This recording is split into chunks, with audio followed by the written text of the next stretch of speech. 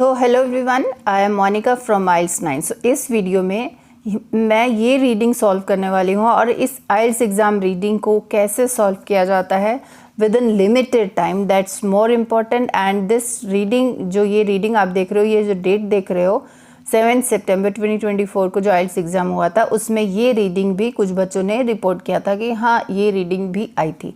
तो questions differ हो सकते हैं, बट बेसिकली पॉइंट है कि ये ऐसी जो रीडिंग होती है ना, thinking psychological kind of reading, ये बहुत डिफ़िकल्ट वाली रीडिंग मुझे भी लगती है, सबको भी, औरों को भी लगती होंगी, स्टूडेंट्स को भी लगती होंगी।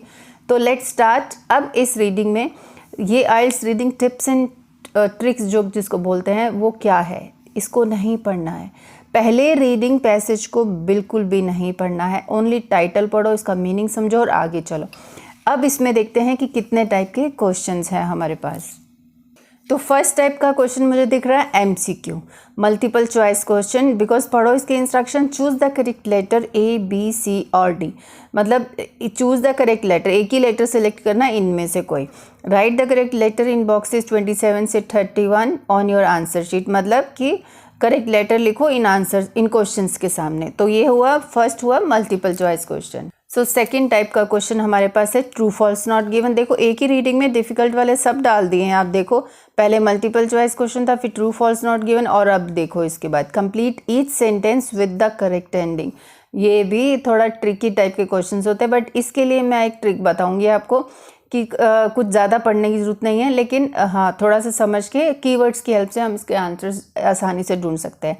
एंड फोर्थ, एक और जो लास्ट टाइप का क्वेश्चन बचा है, ये भी मल्टीपल चॉइस क्वेश्चन है। जो लास्ट में ये वाले जो क्वेश्चन होते हैं ना, जो पूरे रीडिंग पैसेज का निचोड़ जो पूछ लेते हैं, समरी, वो that is this kind of question. ये अगर आपने थोड़ा सा समझ के क्वेश्चन आंसर्स को किया है, रीडिंग पैसेज की कुछ समझ में है, तो आप इसका आंसर लगा सकते हो इजीली। क्योंकि कई बार क्या होता है, ऐसे वाले ये स्टेटमेंट आपको प्रॉपर मिलेगी नहीं कि ये क्या कहना चाह रहा था। जैसे इसमें what is the writers primary purpose in writing this article, तो स्पेशली ऐसा कहीं लिखा नहीं होगा कि उसका मेन पर्पस क्या था। तो वो हमें पढ़ के आइडिया लगाना है कि मेन चीज़ क्या बात हो रही थी।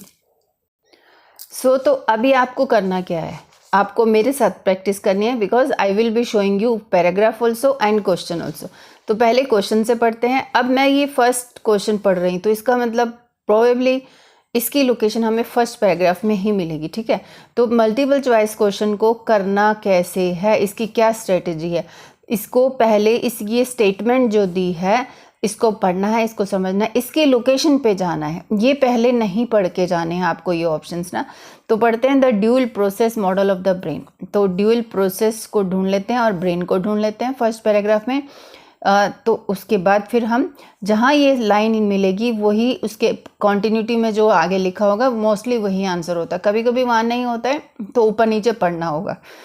तो ढूंढ लेते हैं द आइडिया में ड्यूल प्रोसेस, जो बीच में कुछ ऐसा वर्ड्स लगेगा मुझे कि थोड़ा इंपॉर्टेंट है, उसको हम अंडर ड्यूल प्रोसेस ये मिल गया, ठीक है। ब्रेन भी मिल गया, मॉडल भी, एवरीथिंग वी हैव गॉट। अच्छा पढ़ते हैं अभी। It is still a common place but it's changing shape these days the bulk of the explanation is done by something else the dual process model of the brain we know. अच्छा यहाँ से introduce हुआ है, उसके बाद इसकी explanation है। We know that we apprehend the world in two radical opposed way, okay, employing two fundamentally different modes of thought, system 1 and system 2. System 1 is fast, it's intuitive, associative, automatic, and it can't be switched off. The secret author of but it's the secret author of many of the choices and judgments you make. It's the hero of, ये कोई person का नाम आ गया, it's the hero of Daniel, alarming, intellectually stimulating book, thinking fast and slow. अच्छा कोई book है जो उसके बारे में बात हो रही है, ठीक है। तो अभी हमने पढ़ लिया है, ये हमें लोकेशन मिली है। थोड़ा अब ऑप्शंस को देख लेते हैं। The common practice of thinking about two things at the same time, ये ऐसा about two things at the same time, two things तो थी बट सेम टाइम की कोई बात नहीं थी। तो conflicting impulses pushing the brain to make both more and less effort. भाई ऐसा भी नहीं कहीं पे मुझे दिखा था, आप पैराग्राफ देख सकते हो, मैं आपको शो कर रही हूँ। अच्छा, the feeling of liking and not liking something simultaneously, liking and not liking simultaneously, ये भी नहीं था।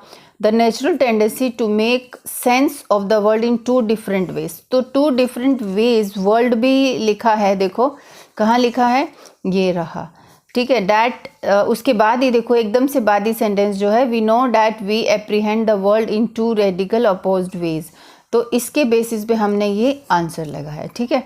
अभी चलते हैं next question 28। System 2 takes charge of decision making, system 2 takes charge of decision making when, कब, ठीक है। तो अब यहाँ सिस्टम 1 एंड 2 बात हो रही थी, लेकिन सिस्टम 1 के बारे में बताया, सिस्टम 2 यहाँ नेक्स्ट पैराग्राफ में है, तो अभी करते हैं इसको।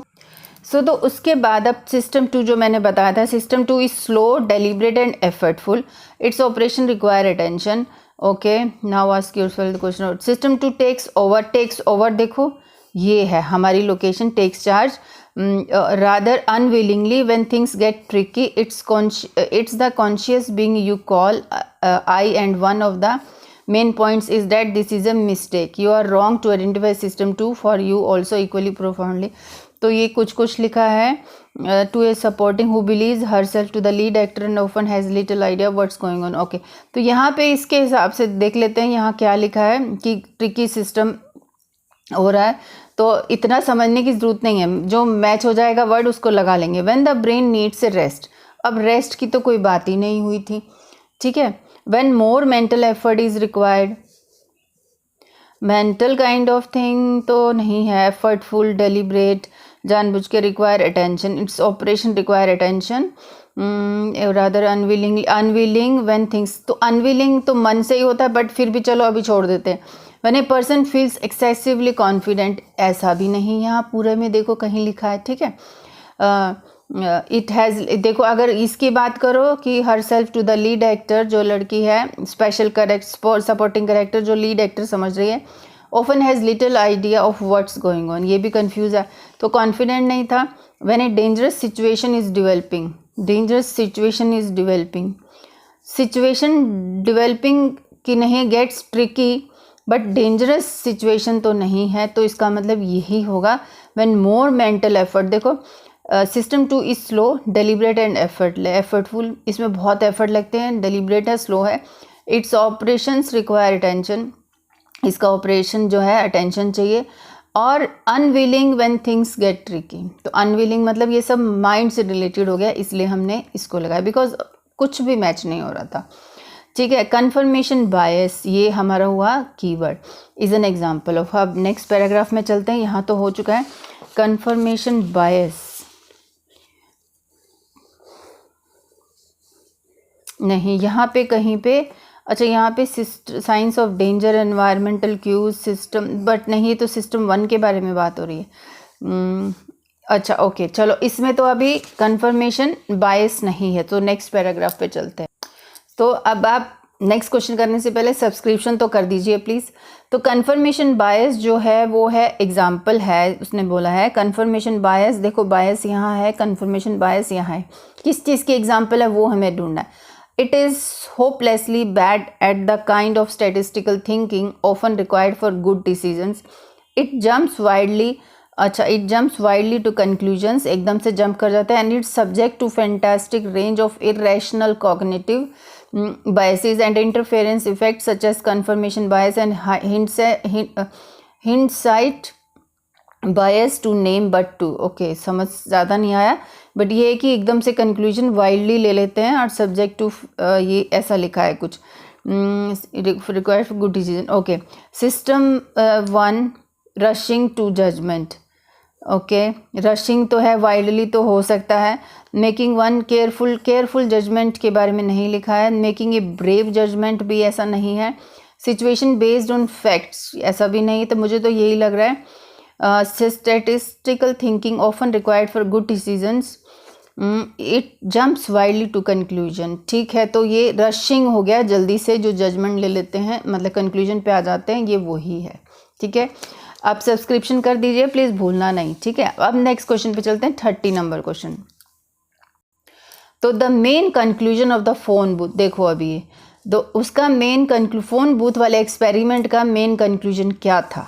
तो अब पहले फ़ोन बूथ को ढूंढ लेते हैं नेक्स्ट पे।